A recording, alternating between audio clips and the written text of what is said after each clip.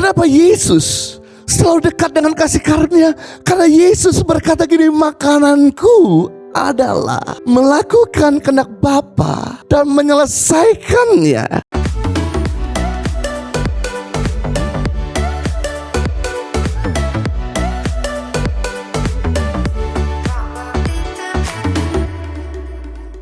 Nah, saya mau bagi ada 3 dasar menghormati. Yang pertama, dasar atau bukti dari kita menghormati, mendengarkan dan taat pada suaranya. Bukti bahwa Anda tuh menghargai seseorang, Anda mendengarkan suaranya, Anda mentaati apa yang diperintahkan. Karena mendengarkan atau ketaatan adalah tanda awal dari rasa hormat.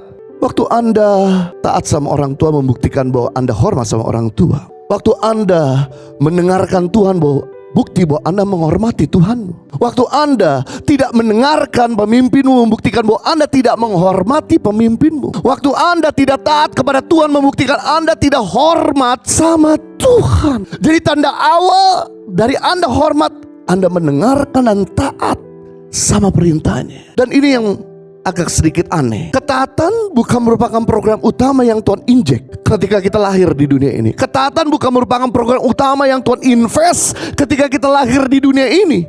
Beda sama potensi benar Tuhan invest ketika kita lahir di dunia ini. Talenta benar Tuhan berikan ketika kita lahir di dunia ini. Sebab tanpa talenta kita gak mungkin bisa mencari nafkah. Tanpa potensi kita gak mungkin bisa mencari uang. Justru yang Tuhan belum berikan ketika kita lahir di dunia ini, yaitu ketaatan.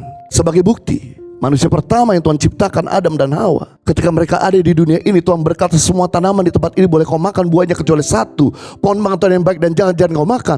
Dan apa yang terjadi? Adam tidak memperhatikan suara Tuhan. Ada 2.500 jenis tanaman yang Tuhan ciptakan di Taman Eden. Semua diberikan sama Adam kecuali satu, pohon pengetahuan yang baik dan jahat jangan kau makan, sebab ketika kau makan kau akan mati. Ternyata apa yang dilakukan sama Adam dan Hawa, dia mengabaikan 2.499 jenis tanaman yang lain, dan dia fokus kepada tanaman yang Tuhan larang, dan dia ambil. Akibatnya dia jatuh dalam dosa. Seharusnya manusia tidak perlu jatuh dalam dosa seandainya dia menghargai suara Tuhan. Bapak Ibu mesti paham, setiap perintah yang disampaikan kepada kita bukan untuk keuntungan Tuhan, tapi setiap perintah disampaikan kepada kita untuk keuntungan kita sendiri. Anda mau lakukan firman, Anda tidak mau lakukan firman, Tuhan tidak pernah rugi. Tapi yang rugi kita kalau kita tidak melakukan firman. Sama ketika kita memberi perintah kepada anak kecil, nak sikat gigi. Perintah itu diuntungkan bukan untuk keuntungan orang tua, tapi perintah itu diuntungkan kepada anak kecil. Sebab kalau anak tidak mau sikat gigi, yang sakit kamu sendiri. Itu sebabnya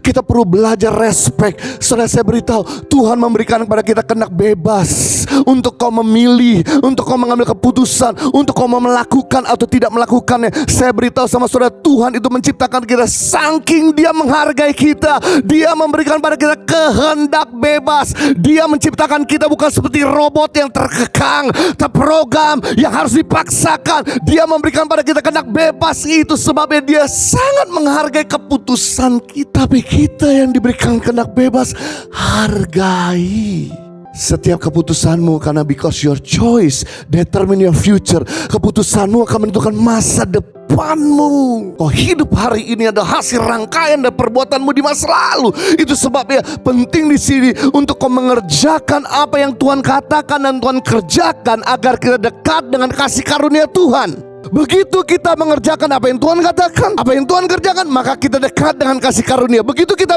tidak mengerjakan apa yang Tuhan katakan, apa yang Tuhan tidak kerjakan, maka kita jauh dari kasih karunia. Jadi jauh dekat dengan kasih karunia bukan ditentukan dari kita ngemis-kemis sama Tuhan, tapi jauh dekat dengan kasih karunia. Apakah kita sedang melakukan apa yang Bapa katakan atau Bapa kerjakan? Kenapa Yesus selalu dekat dengan kasih karunia? Karena Yesus berkata gini, makananku adalah melakukan kehendak Bapa dan menyelesaikannya. Karena Yesus mengerjakan apa yang Bapa katakan, Bapa kerjakan. Makanya apa yang Yesus kerjakan tidak pernah gagal. Apa yang Yesus ajarkan selalu penuh inspiratif. Apa yang Yesus doakan selalu terjadi. Impact Community Indonesia telah mengadakan 3 kali ibadah setiap hari Minggu, pukul 9 waktu Indonesia Barat, pukul 11 waktu Indonesia Barat, dan pukul 13 waktu Indonesia Barat di MOI, Mall of Indonesia Kelapa Gading, lantai P3. Ketiga ibadah disertai ibadah anak dan remaja.